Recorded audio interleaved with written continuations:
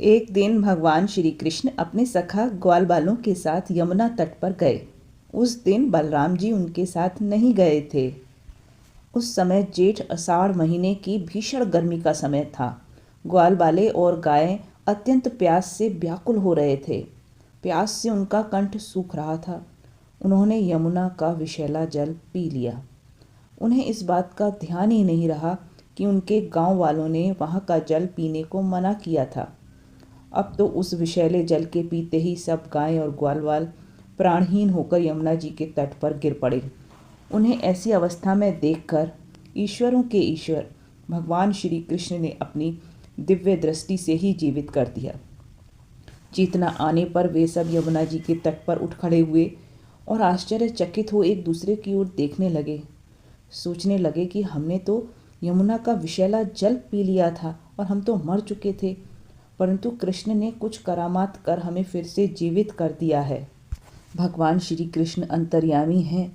उन्होंने यह सब जान लिया कि यह कालिया नाग ने ही यमुना जी का जल विषैला कर दिया है। यमुना जी में कालिया नाग का एक कुंड था, वहीं पर वह रहता था। अब तो भगवान श्री कृष्ण अपनी कमर का फेंटा कसकर एक बहुत ऊंचे कदम्ब के वृक्ष पर चढ़ गए और वहां से ताल ठोककर उस विषैले जल में कूद पड़े। उनके जल में कूदते ही कुंड का पानी 400 हाथ ऊपर तक उछल गया।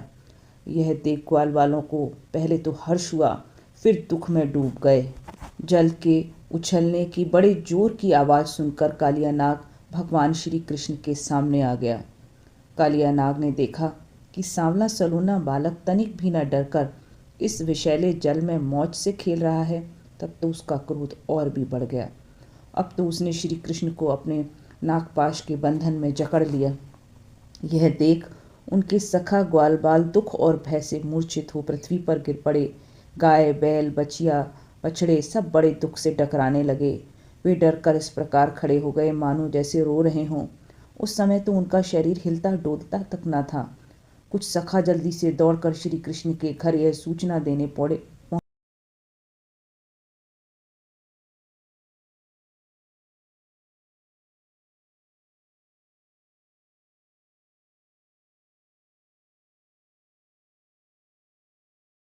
पहुंचे कि श्री कृष्ण यमुना के जल में कालिया नाग को मारने के लिए कूद पड़े हैं। वे श्री कृष्ण के बारे में यह सुनकर मूर्छित होते हुए डर के मारे भय से जल्दी से यमुना के तट पर आए। उन्होंने दूर से ही देखा कि कालिया देह में कालिया नाग के शरीर से बंधे हुए श्री कृष्ण चेष्टाहीन हो रहे हैं। कुंड के किनारे पर ग्वाल बाल अचेत पड़े हैं। गाय बैल बछड़े डकरा रहे हैं। सब देख सारे ग्वालवाल अत्यंत व्याकुल और मूर्छित से हो गए। माता यशोदा तो अपने लाडले लाल के पीछे कालिया दह में कूदने ही जा रही थी, परंतु गोपियों ने उन्हें पकड़ लिया। नंद बाबा के प्राण तो श्री कृष्ण ही थे, वे भी कालिया दह में जाने लगे। जब बहुत देर तक श्री कृष्ण यमुना के जल से ऊपर नहीं आए, तब ग्वाल बाल यमुना तट पर रोने लगे। कई बालक तो छाती पीटने लगे। नंद जी बार बार विलाप करके मूर्छित होने लगे। समस्त ज्ञानियों में श्रेष्ठ बलराम जी ने उनको समझाते हुए कहा कि सब लोग मेरी बात सुनो, गर्ग मुनि की बातों को याद करो। श्री कृष्ण अणु से भी अणु तथा परम महान हैं। संहारकारी शंकर के भी संहारक हैं, विधाता के भी विधाता हैं। उनकी इस भूतल पर किससे पराजय हो सकती है। बलदेव जी की बात और गर्ग मुनि के वचनों को याद कर सभी का शोक जाता रहा, परंतु इससे यशोदा और राधा को संतोष न हुआ। इसी समय ब्रजवासियों ने श्री कृष्ण को जल से ऊपर उछलते देखा। सांप के शरीर से बंध जाना तो श्री कृष्ण की एक लीला ही थी। जब उन्होंने देखा कि ब्रज के सभी लोग अत्यंत दुखी हो रहे हैं, तब वे एक मुहूर्त तक ही सर्प के बंधन में रहकर बाहर निकल आए। कालिया नाग क्रोध से आग बबूला होकर नथुनों में विष की फुहारें निकाल रहा था। अपनी दोहरी जीभ लपलपाकर श्री कृष्ण को डसने की चेष्टा कर रहा था। श्री कृष्ण ने उसके फन को तेजी से दबा दिया और उछलकर उस पर सवार हो गए। अब तो श्री कृष्ण उसके फनों पर नृत्य करने लगे। अंत में कालिया नाग श्री कृष्ण के पैरों की चोट से बेहोश हो गया। श्री कृष्ण का बल पराक्रम अनंत है। भगवान के उस अद्भुत तांडव नृत्य से कालिया नाग के फन अंग चूर चूर हो गए, मुंह से खून की उल्टी होने लगी।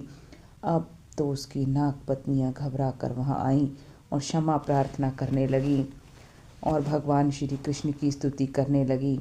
फिर कालिया नाग ने भी भगवान से कहा कि हम जन्म से ही बड़े क्रोधी जीव हैं, आप सर्वज्ञ हैं, संपूर्ण जगत के स्वामी हैं, इस जगत में नाना प्रकार के शरीरों का निर्माण किया है, आपकी ही इस सृष्टि में हम सर्प भी हैं, आप ही हमारे स्वभाव और इस माया के कारण हैं। अब आप अपनी इच्छा से जैसा ठीक समझें कृपा करें या दंड दे दीजिए। कालिया नाग की बात सुनकर भगवान श्री कृष्ण ने कहा कि हे कालिया नाग, अब तुझे यहाँ नहीं रहना चाहिए, तू यहाँ से समुद्र में चला जा।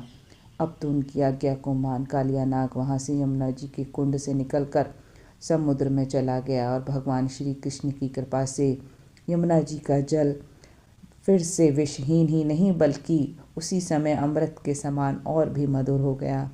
जो भगवान श्री कृष्ण की इस कालिया नाग की कथा को प्रेम से सुनते हैं, उन्हें सांपों से भी कभी भय नहीं होता और भगवान श्री कृष्ण में अनन्य प्रेम उनका बना रहता है। इस प्रकार भगवान श्री कृष्ण ने ब्रजवासियों की अनेक समस्याओं को खेल खेल में ही अपने अद्भुत पराक्रम से दूर कर दिया।